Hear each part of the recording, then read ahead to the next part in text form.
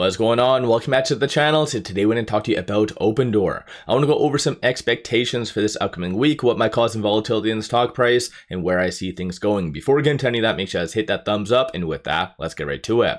So Friday, Open had a pretty solid close, went up 11.58%. In fact, over the last 5 days, it did go up 50.73%.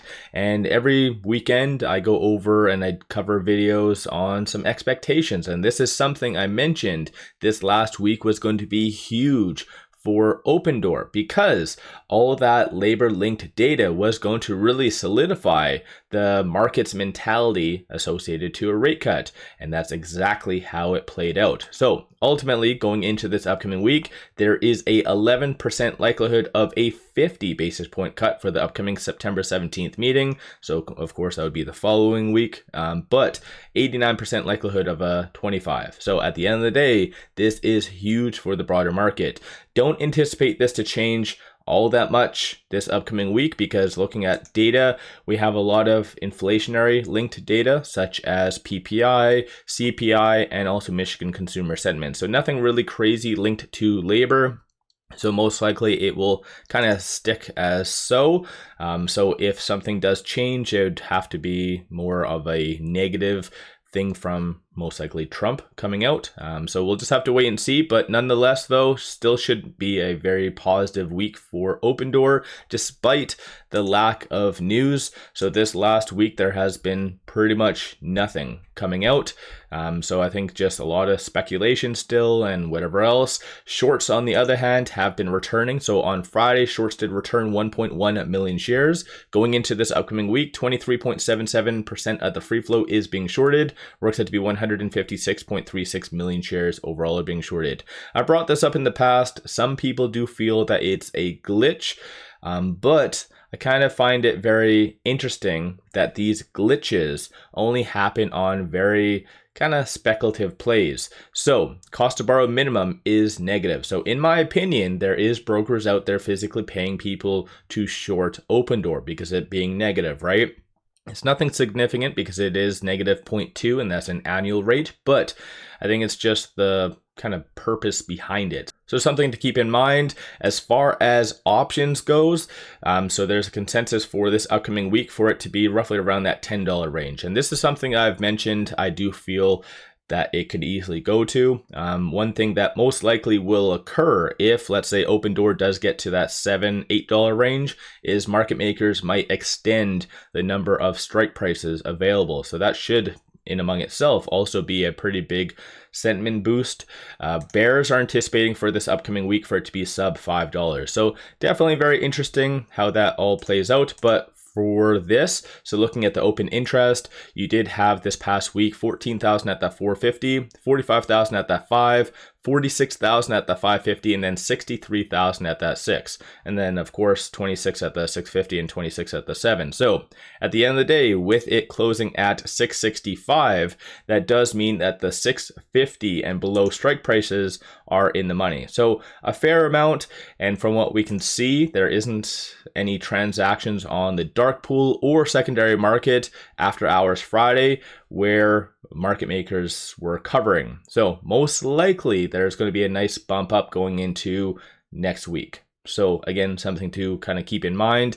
Aside from all of that though, I know a lot of people don't really like me going over the technicals. Every single video, there's at least 1 or 2 comments saying don't do this. But in my opinion, at least, with it closing at 665, it was able to successfully close above this R2. So 658 is going to be a strong support.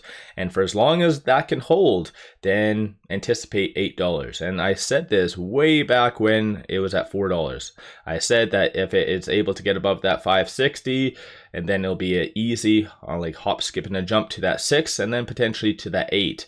And so for instance, this upcoming week with all this good momentum and all those options that need to be covered, you could see a nice push to that $8 range for this upcoming week. I know a lot of people want to hear higher numbers and like 80s and 60s and whatever else, but it is what it is. I'm a little bit more realistic ultimately. But aside from all of that fun stuff popping over here, you can kind of see just based on the market position, As of Friday, there's a little bit more stronger walls, kind of at the high sixes. So that's going to be another element to kind of watch for. That wall wasn't there on Thursday, as you can kind of see, but still nonetheless though, a lot of willing buyers. Anticipate a lot of volatility though, so if a lot of that inflationary data does come in negative, you could see a retest potentially of that $6 range, as kind of between that $6.20 and $6 range. There's not really that much buyers, so potentially you could see a little bit more of a pullback, but nonetheless though, looking at the flow, you see a lot of algos really pushing open higher, a lot of big buys, and which is also very resemblant based on just this as well. As I kind of vaguely showed you, looking at this, these are all the transactions occurring on the dark pool, so a massive amount of transactions. I think in fact on Friday, there was almost about 700 transactions over $100,000. And then same goes for dark pool, or secondary market. So secondary market, you did see a lot of big transactions. So 11.8 million, 1.2. So that 11.8 clearly was some institution buying in. Aside from that though, pretty good, a lot of pockets of buying, couple pockets of selling, which added to some of the volatility. I think on Friday, the market is still somewhat torn. So even though the data that did come out on Friday, which was right over here, so we had non-farm payroll and unemployment, which was negative, I think you have some institutions actually investing and selling out because of this negative data in fear of what that might mean. But the optimistic investors, which clearly outweigh the negativity, is really investing based on the rate cut aspect of all this negative data and what that does mean. So you kind of have this back and forth, but in my opinion, I think if there is a 25, let's say for the September 17th, and then another 25 for the October 29th, that would be massive for the broader market, for growth stocks and Opendoor. So I feel like this upcoming week, you are going to see a lot of volatility, but ultimately it will still be green. Most likely you won't be seeing another like 50% type of week, because I think this past week was rather unique, and this is why I kind of said that big things are coming, but still should be a pretty good run to at least that $8 range, if not higher. So let me know your thoughts on Opendoor. Don't forget to hit that thumbs up. Throw your price predictions for the end of the week in the comments below, and what you've been doing. Have you been buying still? Have you been selling? What are you looking for to really double down? Are you waiting for some big announcement from the company, or do you think it's just going to be rate cuts? So let me know your thoughts. Don't forget to hit that thumbs up and subscribe. One final thing, pop over to my Patreon if you're looking for some solid buy signals on stocks, options, crypto, many of which have been absolutely on point. Worthwhile to pop over there and take a look. With all that said, appreciate all of you watching.